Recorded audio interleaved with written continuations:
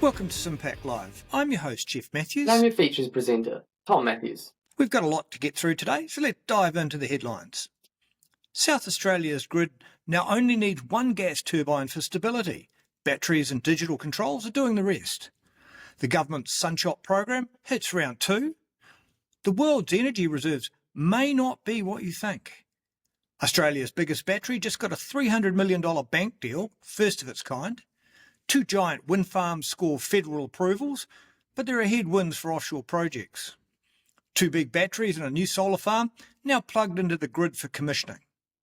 Tasmania's Marinus link unlocks $3.8 billion to share power across the Bass Strait.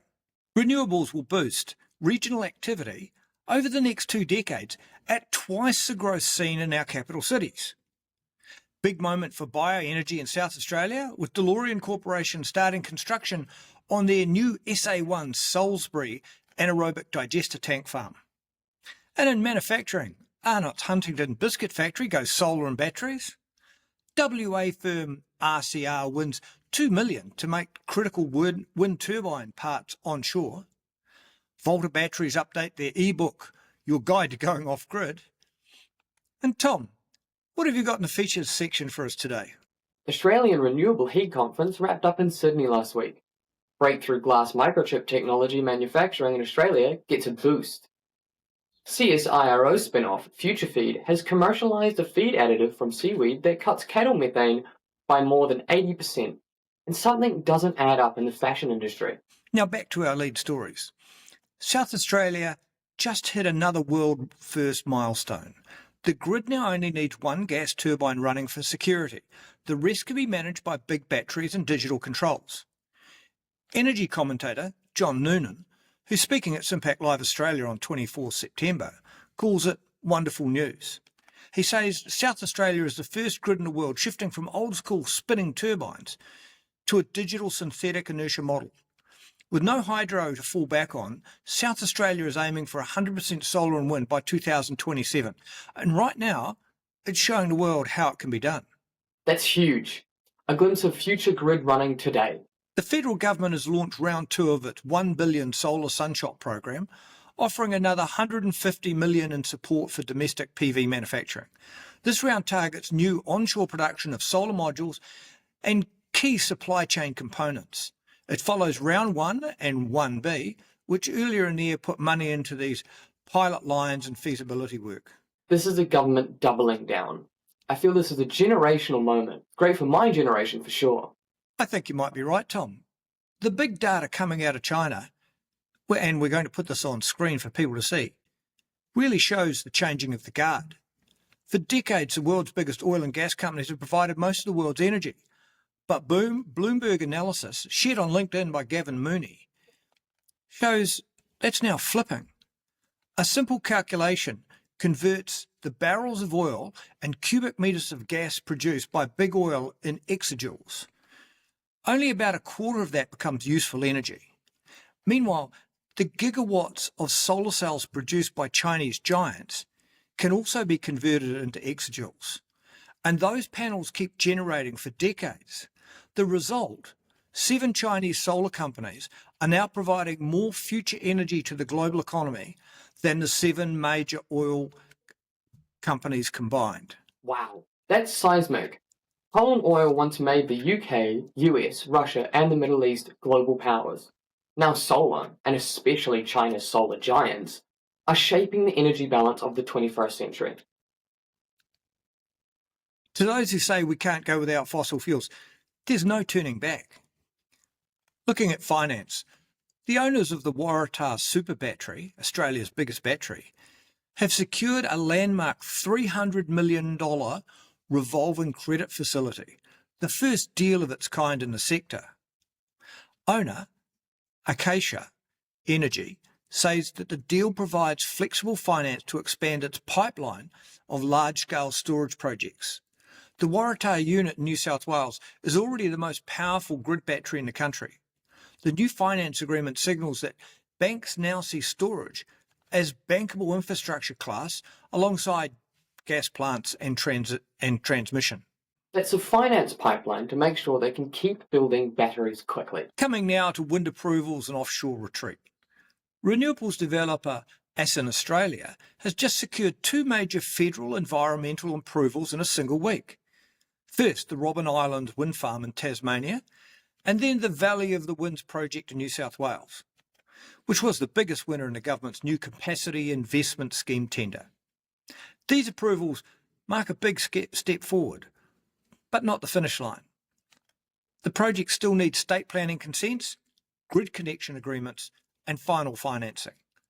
And in Victoria, there's another green light, planning approval for the 400 megawatt Mount Farnes wind farm near Mortlake.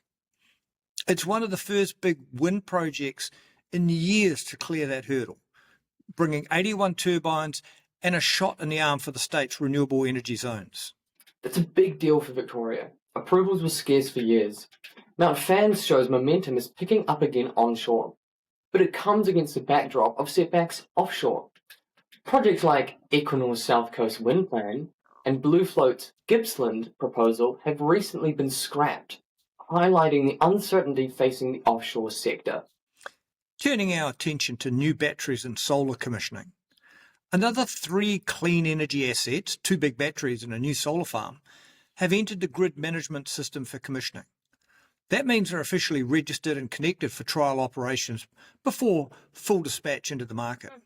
One of those is the Limondale battery in New South Wales, and it's configured for an 8-hour longer duration output. I've always wondered, Tom, if that's just 2 4-hour lithium-ion batteries running at half the discharge rate. This is good news for biscuit lovers. Arnott Huntington's Biscuit Factory, home of Tim Tam, has just installed 9,000 solar panels and an 11 megawatt hour battery system. It's a $12 million project with clean peak energy, and it now supplies about a quarter of the site's electricity needs on the road to 100% renewables by 2029. That's impressive. The energy transformation of industry in Australia is well underway. New data from industry research company Macromonitor shows construction in Australia's regions is about to go gangbusters, thanks to renewables. We're talking a $23 billion, 19% boost in regional activity over the next 2 years. That's twice the growth seen in our capital cities. That's driven by the rollout of wind, solar, pumped hydro, batteries, and transmission. And it's not just about energy infrastructure getting built. Macromonitor says this surge will lift housing, roads, rail, and even mining and mineral projects. Plus, renewables investment is on track to hit over $36 billion by 2027-28, up from $13 billion in 2020. So, renewables powering entire regional economies. I wonder when the anti-renewables sentiment in the regions will finally peter out. That's a good question, Tom. It'll be interesting to see. A quick update from Volta, the Queensland battery tech company that's a finalist in the 2025 SIM-PAC Live Sustainability Awards. Their trusted ebook, Your Guide to Going Off-Grid, has been freshly updated with federal rebate info, instant consult booking links, specs and pricing at a glance, and a 30-second self-assessment tool. It's another pretty handy resource.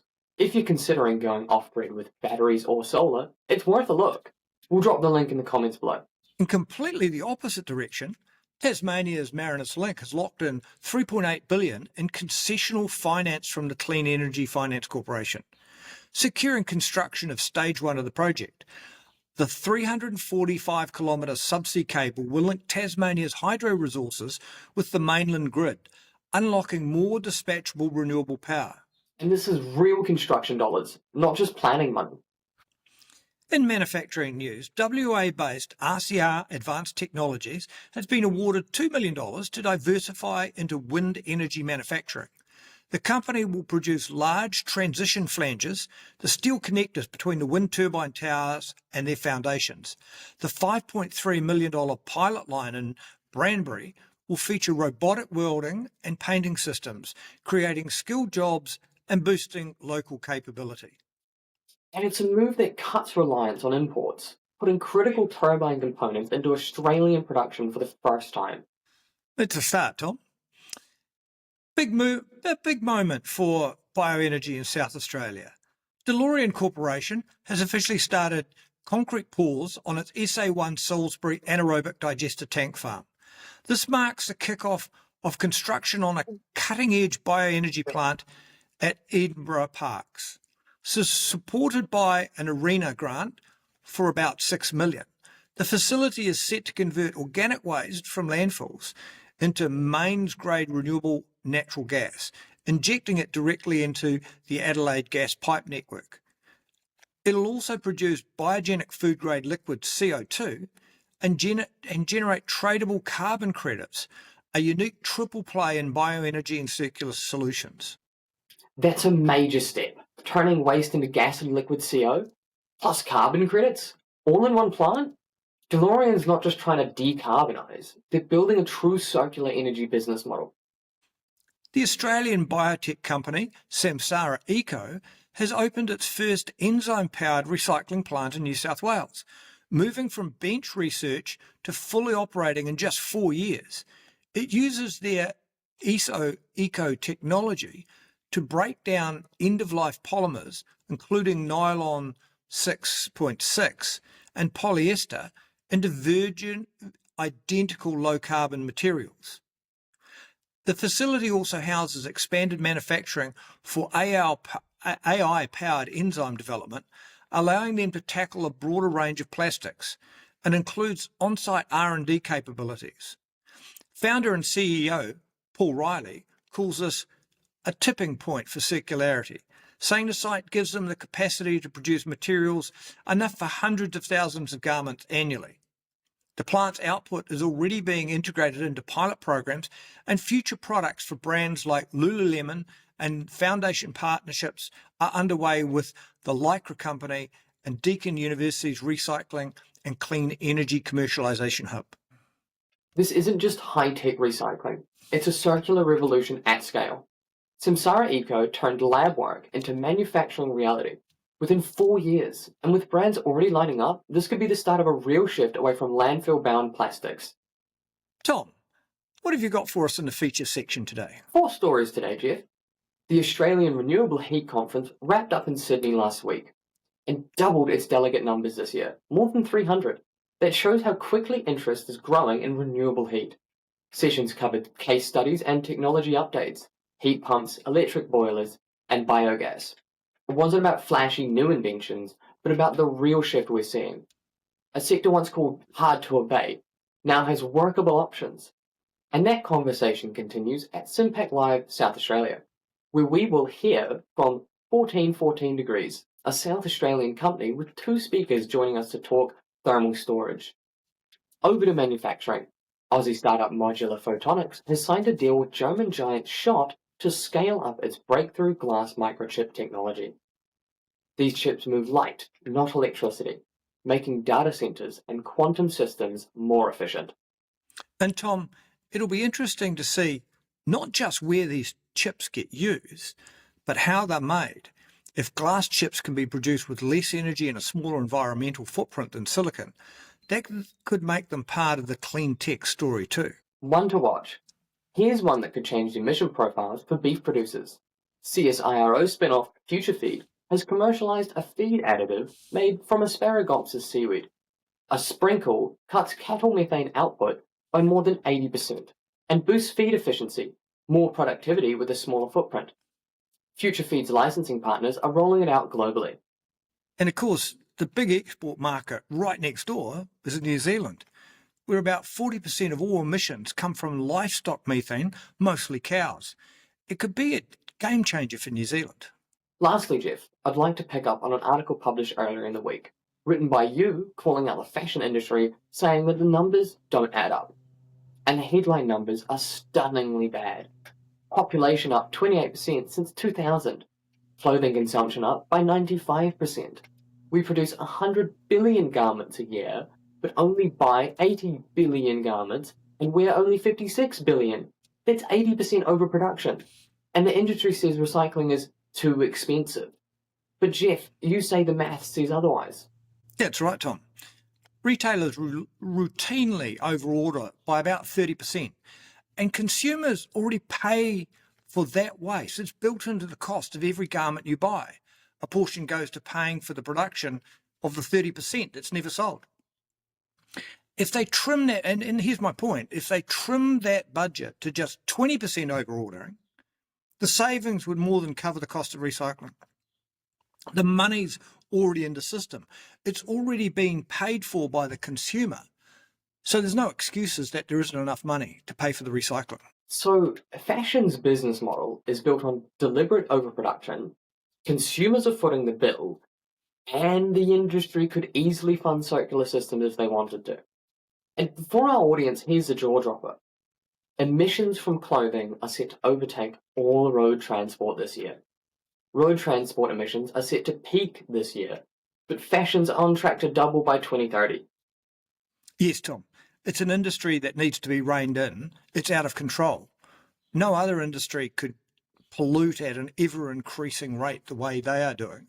If you think about all the effort we are going to decarbonise transportation, and clothing will produce more emissions this year and are set to double by 2030 while road transportation is coming down. It needs regulation. We need fashion police. For those who want to watch Jeff's commentary, I'll put a link in the YouTube description. And that's our news roundup for the week, ending 5 September 2025. I'm Jeff Matthews. And I'm Tom Matthews. Have a great weekend.